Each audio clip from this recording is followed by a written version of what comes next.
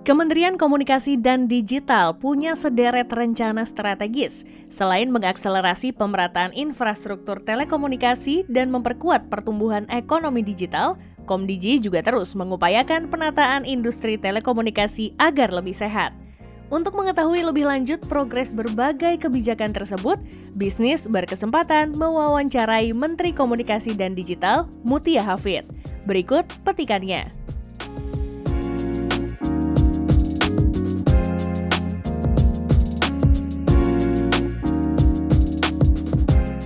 Nah ini nanti mungkin dicek dengan PPATK, tapi kemarin dengan PPATK mengatakan ini sudah ya kita tidak 900 triliun, jadi proyeksi itu bisa kita tekan. Sekarang tetap gede, jadi kita nggak bisa happy juga. Kemarin terakhir bicara tuh sebulan lalu itu sekitar berapa ya, 300 triliun, still big Mbak. Jadi makanya kita nggak pernah sampaikan bahwa ini capaian, tapi paling tidak dari angka 900 menurun.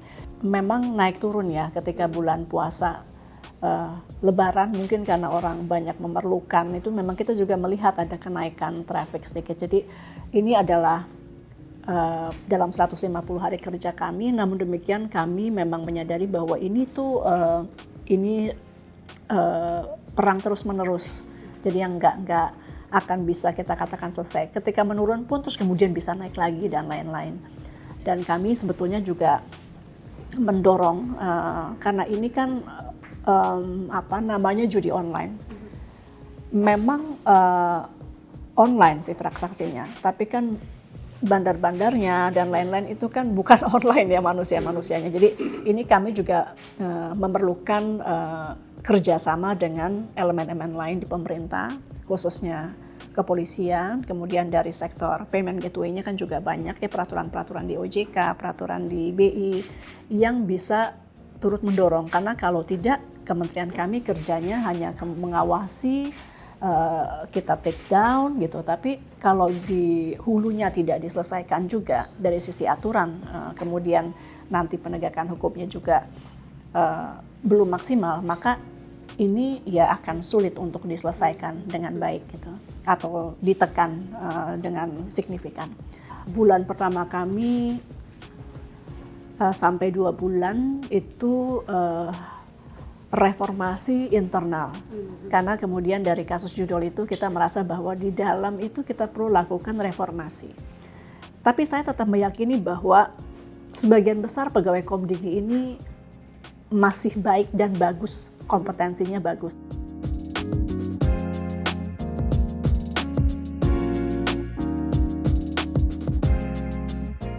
Kami juga sudah menyelesaikan data center pusat data nasional kita pertama, kemarin sudah handover dari pihak Prancis, dan itu juga dalam kerangka transformasi digital kan kita perlu PDN yang kuat, yang secure gitu. Sekarang dalam penguatan sistem keamanan oleh BSSN. Jadi ya itu udah inline, namun Presiden ini kan inginnya cepat ya, semuanya inginnya kita bisa bekerja cepat, jadi masih banyak seperti yaitu yang terkait dengan e-gov yang memang beliau ingin kita selesaikan, dan itu nggak cuma di kementerian kami sedang duduk bareng terus dengan Pan-RB, dengan karena salah satu targetnya nanti adalah bansos secara digital, jadi dengan Kementerian Sosial dan lain-lain.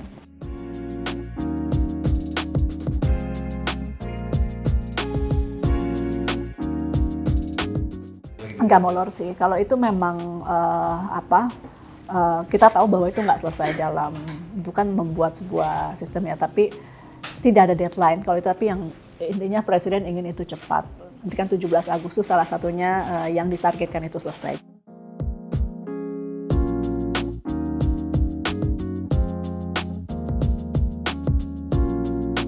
Kalau kasus itu kan di PDNS-nya ya, enggak terlalu sih, ini lebih kepada membuat sistem bersama kementerian lain. Jadi kalau dulu e-gov ini kan antara Komdigi, Kominfo ketika itu Pan-RB, satu lagi dengan Dagri juga.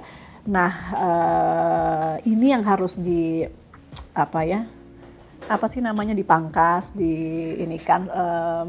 komunikasi yang lebih bagus gitu. Pak Presiden selalu menyampaikan bahwa ayo pokoknya kita harus kolaborasi dan lain-lain. Jadi ini perlahan-lahan kita lakukan bersama. Dengan BSSN juga kita jadi lebih dekat gitu sekarang, karena ya pengalaman kemarin di PDNS ketika terjadi peretasan, saya sebagai ketua komisi melihat ini ada yang kurang, komunikasi yang kurang terjalin baik gitu antar lembaga. Dan ini jadi kita bareng-bareng terus nih sekarang nih dengan BSSN untuk juga memberikan confidence ke masyarakat bahwa kita semua nanti akan selalu dilihat oleh BSSN juga gitu.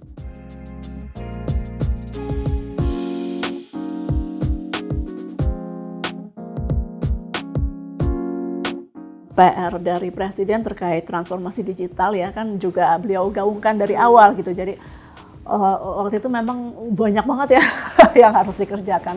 Nah, salah satu tentu kan kita cari quick wins juga ya. Salah satu yang cepat mentransformasi, kalau kita ingin keseluruhan transformasi digital itu kan satu PR besar. Tapi salah satu yang kita juga lihat bisa dilakukan secara cepat adalah bagaimana kita merubah perspektif dalam melihat pengelolaan frekuensi. Jadi kalau sebelumnya dalam kerangka reservasi sih sebetulnya ada frekuensi-frekuensi yang memang belum dilepas dan sebetulnya bisa dilepas. Itu kita putuskan oke, kita lepas aja 1,4 sama berapa aja dah ya? 900 ya. 900, 1,4 sama 3,5 nanti kita juga akan ya 3,5 untuk nanti 5G, kemudian 1,4 itu untuk fixed wireless access, tapi targetnya 2025 untuk spektrum frekuensi ini bisa kita lakukan lelang semua selesai gitu.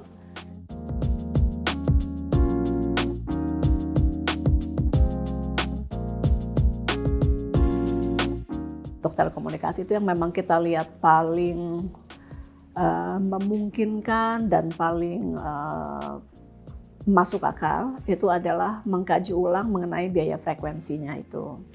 Kita udah dapat banyak masukan termasuk World Bank dan lain-lain bahwa udah saatnya Indonesia menurunkan.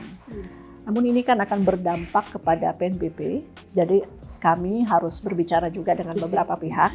Tapi kalau sebagai Kementerian Pengampu, kami memahami bahwa memang pada dasarnya biaya frekuensi ini harus diturunkan. Gitu. Hanya nanti formatnya, besarannya, dan juga kami harus bicara dengan Kemenq dan lain-lain itu sedang kita lakukan dan kaji terus. Tapi arahnya memang akan ke sana. Saya hanya akan melakukan penurunan frekuensi kalau memang ada kajian yang mengatakan penurunan frekuensi tidak berdampak kepada penurunan PNBP. Dan itu ada. Cuman kan kita perlu beberapa kajian. Artinya kalau kita turunkan, industrinya tambah sehat, bisa jadi naik loh PNBP-nya. Nah ini yang sedang kita kaji di level mana dan penurunan seperti apa terhadap biaya frekuensi yang membuat PNBP-nya tetap ya nggak turun lah, syukur-syukur bisa naik gitu. Karena industri yang lebih sehat.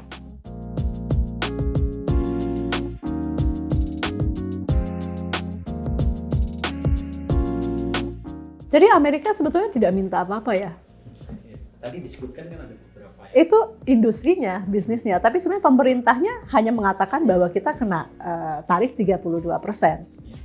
Itu dari situ kita berangkat untuk membaca apa yang sebetulnya kita bisa longgarkan supaya kerjasama antar kedua negara dari sisi ekonomi industri itu bisa berjalan dengan lebih smooth.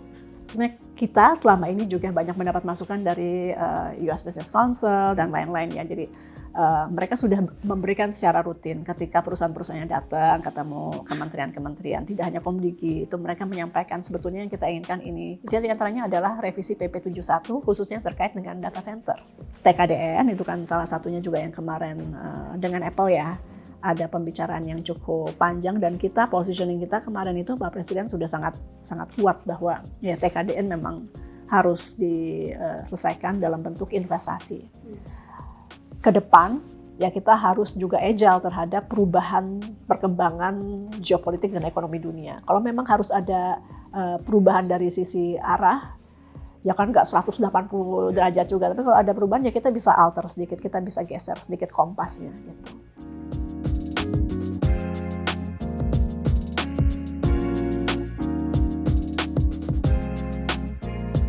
Nah kemarin dengan Kemenko Perekonomian, dengan Pak Erlangga kami sudah komunikasi dan beliau mengatakan ada coba dilihat lagi aturan-aturan yang masih memungkinkan kita berikan relaksasi kepada perusahaan-perusahaan Amerika Serikat. Terus kita lihat kalau yang tadi yang frekuensi itu mereka sudah dukung, kemudian ada permintaan terkait data center, kemudian data flow, free flow data ya, sama satu lagi yang subsea cable ya ada ya. Subsea cable ini juga baru masuk. Tentu kita kita lihat dulu, tetap kita kaji. Jadi tim kami sekarang sedang mengkaji mana yang kita bisa relaksasi dan tetap memberikan keamanan pertama, dan yang kedua juga benefit untuk masyarakat Indonesia, mana yang bisa kita negokan gitu. TKDN juga kemarin kan banyak ditanya ya. Lukman juga nanya kemarin tentang bagaimana kita melihat perspektif dari kalau bahasa Presiden memberikan fleksibilitas terhadap TKDN gitu. Nah itu mungkin yang paling doable saat ini dan itu memang yang banyak juga diminta oleh pihak Amerika Serikat TKDN. Kita sih pada dasarnya tidak menurunkan ya, tapi bahasa Presiden kan coba fleksibel dan cari solusi gitu. Dan kami merasa bahwa ini bisa kita berikan dalam bentuk insentif-insentif lain. Di antaranya adalah yaitu karena kami juga punya kepentingan, ini salah satu yang juga kita kejar dalam 150 hari adalah talenta digital, Mbak. Jadi kita ada kebutuhan di sini nih talenta digital. Jadi kalau memang bentuknya bisa diubah ya TKDN-nya, bukan ya disesuaikan lah, bukan disesuaikan kepada kewajiban mereka untuk melahirkan talenta digital, itu dari kita juga it matches our national interest juga gitu.